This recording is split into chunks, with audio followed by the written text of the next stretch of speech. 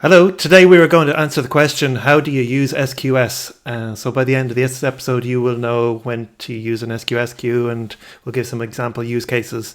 We'll talk about the main features of SQS, how to send and receive messages, how to customize the configuration of a queue, and we'll also talk a lot about the integration between SQS and Lambda. My name is Eoin, and I'm joined by Luciano, and this is the AWS Bytes podcast.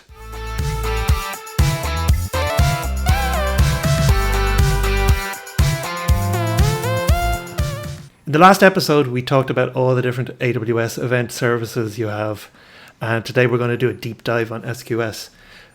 So I think we had a classification of event systems the last time, Luciano. We had point-to-point systems, we had pub/sub, and we had streaming. So SQS is a point-to-point system.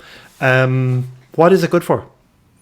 Yeah, so in the last episode, we gave a few high-level details about SQS, so let's deep dive. We mentioned that decoupling producers and consumers is generally a good use case for SQS. Also, it's a good service to add reliability, because basically when you add SQS, you have an easy way to store messages persistently, so you can consume them later. And this is good, for instance, in cases where your consumer might not be immediately available or it might be overloaded. You can have a queue in between, and that allows you to be able to manage this kind of situations in a more reliable way. The other thing is that a characteristic of SQS is that each message is expected to be processed by one consumer, and that will have implications that we'll discuss later with some of the examples. Also, multiple consumers allows you to scale highly. For instance, if you are producing many messages and for some reason your application is more and more successful, so the number of messages grows exponentially, You can keep allocating more and more consumers, and you will just get all the messages being distributed, and you can compute in a more parallelized way. So that, let's say, SQS is generally a good way to scale workloads when the number of items to process increases over time. And the other thing is that it can be used even for cross-region or cross-account communication, because from one region you can publish messages in a queue in another region, or even from one account you can publish messages in a queue in another account. So it can be used for communicating that way across regions and accounts. Yeah. Is there any example use case that you want to mention to try to clarify these points we just mentioned? Yeah, there are loads of use cases where you can really make great use of SQS. But I suppose some of the simple ones we talked about the last time were, you want to send an email, so you could have a service that consumes email sending requests. And SQS is ideal for that. Or if you have some sort of batch processing, like a service to process picture resizing requests. That's a typical example. And you can imagine the same thing being applied to a lot of enterprise batch processing workloads as well. Like if you're doing some sort of calculation or modeling, an aggregation task, these are all jobs that you can put on an SQS queue and then have one or many workers that pull from that queue. It could be an AI modeling workload as well. So you can just imagine having a pool of workers, and that pool can auto scale according to the queue depth, the number of messages in your queue. That's a pretty typical pattern. You've also got, I suppose, thinking like about enterprise architecture or event-driven microservices. The architecture and decoupling systems, SQS is really useful in all of those situations. So decoupling within systems at a finer grain or at a macro level across a big enterprise full of applications. So yeah, that's particularly useful. You could also use it as an SNS subscription. So we mentioned that it's a point-to-point channel, but you can also use it with pub/sub, and together you get point-to-point with reliability, pub/sub with reliability. You also have DLQs. So DLQs, there's lots of enterprise integration patterns, and DLQ is one of the most well-known. And that's essentially a dead letter queue. So it's a queue where if you have messages that have failed to be processed repeatedly, you can put them into a dead letter queue and then manually re-inspect them and schedule them for redelivery later. So SQS queues can be used as DLQs in their own right with any system. But SQS also has a feature which allows you to send failed messages to another queue, which is a DL queue. So that's one of the cool features of SQS. Should we go through and run through the highlight features of SQS quickly? Where would you start? Yeah, I think so. So yeah, the first thing that we also mentioned in the previous episode is that we have two different types of queues in SQS. One type is called regular queues, I guess, for lack of better naming, and the other type is FIFO queues. So with regular queues, you get different types of guarantees, and the idea is that a queue will do like a best effort delivery in terms of ordering. So you are not guaranteed to have messages strictly ordered when you consume them.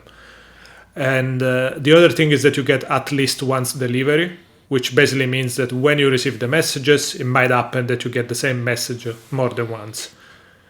When you need a little bit more strict guarantees, you can use FIFO queues, and FIFO queues will give you ordering guarantees. So if you produce messages with a certain order, those messages are consumed in the same order. And also you get exactly once delivery. So FIFO queues have a mechanism to remove potentially duplicated messages coming in again into the queue. And we'll probably give you a few more details about that later on during this episode. Another interesting feature is DLQ. We already mentioned it. It's something that needs to be enabled, and we'll discuss a little bit more how to enable that, but it's very easy to have it built in. And this is very convenient because it's very common that you define a number of messages types in your application, then your code evolves. Eventually, you might be introducing a bug in the code that is processing a job. And what happens is that if your worker is always crashing, then you're not going to be able to process that message ever. So rather than keep retrying it indefinitely, it will eventually be moved to a DL queue. Somebody can investigate, and then when you realize what's the problem, you fix the bug, you can easily re-ingest from the DL queue and actually process the message. So this is actually a very critical feature that I think most applications using a queue should avail of. Another interesting detail is that the protocol of SQS is not one of the common protocols generally seen in other queuing systems, like RabbitMQ or ActiveMQ that uses protocol like AMQP or MQTT. In the case of SQS, the protocol is HTTP. I don't think it makes a huge difference at the end of the day because the way you interact is through the SDK, so you don't get to really work at the protocol level. But there might be different features and different characteristics in terms of performance because of the underlying protocol. So that might be interesting to know for some people that are coming from other queuing systems. For sure, yeah. Then we also have server-side encryption, so messages are encrypted in transit, and I suppose also they are stored encrypted. At rest. At rest, sure, we have message delays, which basically allows us to configure in different ways how and when the message should appear in the queue. We'll mention a few examples later on. The other very interesting thing is that SQS is durable and available pretty much by default. Also scalable. That means, for instance, if we look in contrast Kinesis, with Kinesis you need to do a little bit of capacity planning. You need to understand how many shards you need to provision, and that's generally based on what is the throughput that you want to achieve. With SQS, you don't have to worry about all this stuff. Queues will automatically scale for you, and you don't need to pre-provision any of that stuff. So in general, I would say that the biggest feature of SQS is that it is a very simple, true to its name, a very simple queuing system. And therefore, it's very easy to integrate in most applications, and you get very good performance basically straight away without having to go crazy with configuration. Is there anything else worth mentioning? Maybe, I don't know, some interesting integrations with other services. What do you think? Yeah, for sure. On the integration with other services side, we can think of, I suppose, about the producer side and the consumer side. So when you're producing messages, A lot of services are there that target SQS already. So if you've got an API gateway, you can back that with a queue. So you can send messages from API gateway directly to a queue. We already mentioned SNS subscriptions. So SNS and SQS play very nicely together. Event Bridge 2 in the same way. And you can also integrate it into step functions. So it's pretty well integrated on the production side. Of course, we could talk about the consumption side, but for both consumption and production, you can also use it programmatically. So let's talk about how do you send a message and how do you receive a message. So on the sending side, there's a send message API and there's also a send message batch API. So you can send a single message or you can send up to 10 in a batch. So that's the limit in a batch. Then when you receive, you call, on the consumption side, it's essentially a pull mode. So you have an SDK or an API that you use to call receive message, and receive message also allows you to receive up to 10 messages at a time. So you can choose to receive 1 or up to 10. And that operates in 2 modes. You've got short polling mode and long polling mode.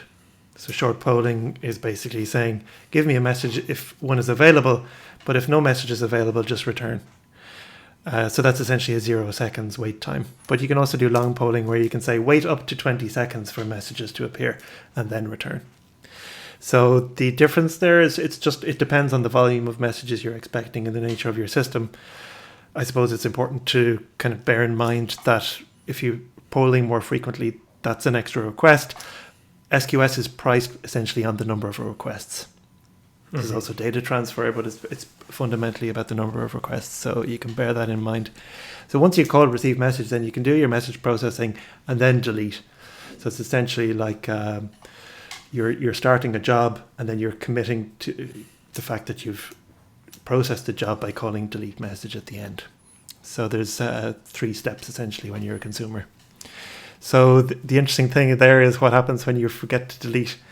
And yeah, that's really important. So can you describe that, Luciano? What would you expect to happen if you forget to delete a message from a queue after you've processed it? Yeah, so I'm going to try to give a brief description of that. I think we will understand more how that really works when we deep dive into the actual configuration. Yeah.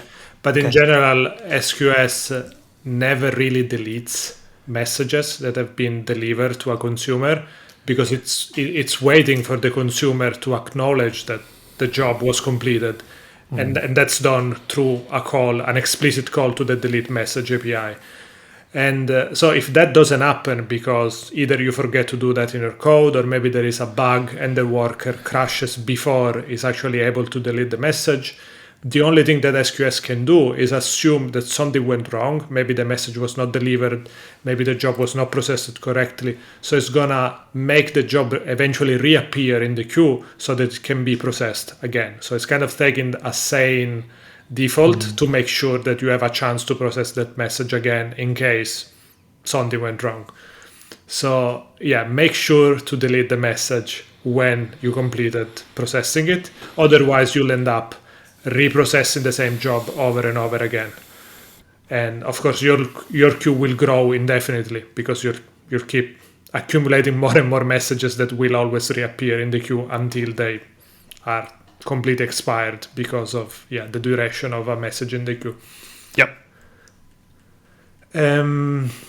So given that we are starting to talk more and more about the different configuration options, should we deep dive into that? Let's do that. Yeah, you mentioned, so around the deletion, it's all down to visibility, right? You mentioned this thing about messages, they're not deleted, they just become invisible. So then my understanding of message visibility, maybe you can chime in here, but if you receive a message, you mentioned it remains in the queue, right? So you said that that prevents other consumers from seeing it. So it gives you the first consumer, a chance to process it. Exactly. So there's a visibility timeout. So the clock is ticking and the consumer has to process it within this visibility timeout.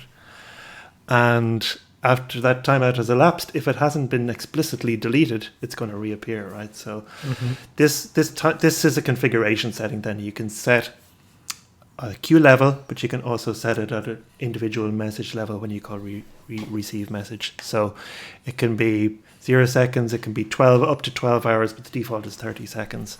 Yeah, I guess one case where this can be important is if you have a job that you know is going to take you a long time to process, make sure to fine-tune this visibility timeout, because if it's too low while you are still processing that message, it will already reappear in the queue.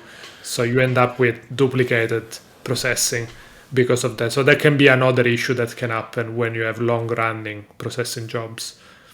Yeah, that's a good one. And we're going to talk about Lambda later, but Lambda has its own timeout, and you want to make sure that they align the SQS timeout and the Lambda timeout, because it doesn't make sense for your Lambda to take longer than your visibility timeout, right? Because you'll end up with that situation. Another configuration option I think worth mentioning before we kind of move on is message groups, because we talked about FIFO queues and the ordering guarantees that you get. So those ordering guarantees aren't for the whole queue. You can actually partition it into ordered streams using message groups. It's a bit like the way ordering works with Kinesis shards, except different. But the concept is the same, right? Because it means that you can define multiple groups, and then you can still get parallel processing with ordering. So it's a nice way to balance that. But then the order guarantees and the delivery guarantees are per message group ID. So that's interesting to know. There's a whole set of other configuration options, like you can set up message delay, you can set up the queue retention up to 14 days. You could put a specific resource policy in there for security, a redrive policy for DLQs. We mentioned that already. And on FIFO queues, actually, you can also do deduplication. So you can ensure that you got the exactly once delivery semantics by making sure SQS can recognize when you've got a duplicate. These FIFO or FIFO queues also support high throughput mode, which is interesting because when you do those FIFO queues, you have because you've got ordering by its very nature, you're limiting throughput because you have to process them in order. So there's a number of settings, like setting the FIFO throughput limit and stuff that you can use to make sure you get the maximum throughput for FIFO queues. Throughput for standard queues it's essentially unlimited. So those are the configuration options. Are there any kind of constraints, limitations? A lot of AWS services, you have to understand all the quotas and limitations. What's a soft limit? What's a hard limit? There aren't a lot with SQS, are there? Yeah, there aren't. I think the main ones is that there is a limit on the message size, which is 256 kilobytes. But a common pattern that I've seen is you can use, for instance, S3 and just put like a reference to the file in S3 in the message when you need to use more data. Then it's interesting to see that there are no limits in terms of the number of messages that can be stored in a queue. So you can keep pushing more and more messages and you don't have a limit there.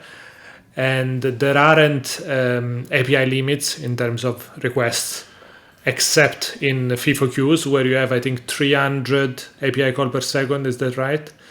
Yep. And 3,000 if you use batching, because you can do 10 at the time, basically. And also there is another interesting limit, which is the number of messages that can be in flight. I don't think we explained what in flight means, but basically is where those messages that are currently being processed by workers on the other side. Received, but not deleted. Exactly. Yeah. And the visibility timeout hasn't expired yet. So they haven't reappeared in the queue. Yep. And there is a limit of 120,000 and for regular queues and 20,000 for FIFO queues. Now, this is something I wanted to mention because one of the tools that we have mentioned also in previous episode called Slick Watch, which allows you to easily get observability in serverless projects if you're using the serverless framework. In that serverless plugin that we built, we already give you a pre-configured alarm and dashboard that you can have in your application to monitor if you are actually reaching this threshold of too many in-flight requests. So if you want to check that out, we'll put the link in the description. Yeah, that's good. It's a bit of a shameless self promotion, but it's definitely worthwhile because those are the kind of things you would never think about. And then in the rare situation where you've got a problem and your number of in-flight messages goes through the roof, you get an alarm with it. I think it's worthwhile talking about AWS Lambda because AWS Lambda works really well with SQS, but it has a whole set of different considerations. So I think it's worthwhile talking about it. When you've got EC2 or ECS consumers, containers somewhere, the operation model for consumers is relatively straightforward because you're in control and you have to build all the infrastructure and scale it out yourself. With Lambda, there's something called an event source mapping. It's the same part of the Lambda service that's also used with Kinesis and Kafka sources and DynamoDB streams. But event source mapping is essentially a consumer for SQS that is managed for you within the Lambda service, and it pulls those messages for you. So we mentioned how SQS integrates with other services on the producer side. On the consumer side, because it basically doesn't integrate with anything because you have to pull messages out of it. But the exception is kind of Lambda because it does that for you. So I think one of the interesting things that I came across with Lambda and SQS is how it scales differently than other Lambda sources. So if you're expecting that we talked about the batch processing workload, if you've got many containers or many Lambda instances running and they're taking a long time to process SQS messages, some type of machine learning workload running in Lambda might take 90 seconds to process an event, for example. The event source mapping is only going to scale to 60 concurrent instances per minute. And this is dramatically different to other event sources where if you call invoke Lambda, you can get 1,000 running instantly and you can get another 1,000 every minute and that scales really fast. But with SQS, you can't scale that way. And even if you use provisioned concurrency, which I tried, it's still 60 per second to consume your SQS messages. So that can be a limit, but it depends on how long it takes to process your messages. Obviously, if your messages are going to be processed in seconds or hundreds of milliseconds, you're still going to be able to process thousands of messages or thousands of batches of messages very quickly, but it's just important to be aware of that. If you've got FIFO queues then as well, you get one batch at a time per message group ID. So I suppose that's probably intuitive, but if you've got 5 different message group IDs, then you're going to have a maximum of 5 consumers. There's also some interesting configuration options like the batching. So you can configure if it should invoke your Lambda after a predefined number of seconds, like every 6 seconds, for example, or if it had received a certain threshold number of messages, or also just based on the payload size, so the number of megabytes that it has accumulated. So that's a whole set of configuration that you get with the Lambda service in SQS. And a really new one is the event filtering, which came out just late last year. And this is kind of interesting because you can filter at the event source mapping level and say, I only want to filter messages matching this pattern. And you can do, JSON filter or a string filter. What that actually means sometimes is that if your consumer doesn't match a filter, you can still end up losing messages because they've been processed by the event source mapping, but they just haven't been sent onto your Lambda because you filter them out. So you have to really think about the semantics there and whether if you want another consumer to be able to pick up that message, you might need to re-architect the message delivery setup. And the last thing I'd say about Lambda is just that cross-account Lambdas with an SQS in a different account are also possible, which is really helpful. I wish that was available for all services, including Kinesis, but that's really helpful for integration across multiple applications when you've got a multi-account setup, which is best practice these days, separate account per application, per environment. So if you want to communicate across applications, it's a really good way to do it. Yeah, I think the way you describe the integration with Lambda, it feels like there is a lot of magic that AWS does for you. So you can basically build something quicker. But I think it's interesting to understand what's really going on under the hood so you don't have surprises there. So I think that was a good one to cover. Yeah, it's an interesting one because Lambda is simple, SQS is simple, but they're building more and more configuration options to make it more powerful. So, you sacrifice some of that simplicity with the power then you get. Mm-hmm. I think that Lambda kind of concludes a lot of the topics around SQS, but I did want to call out a couple of talks that came up at reInvent last year.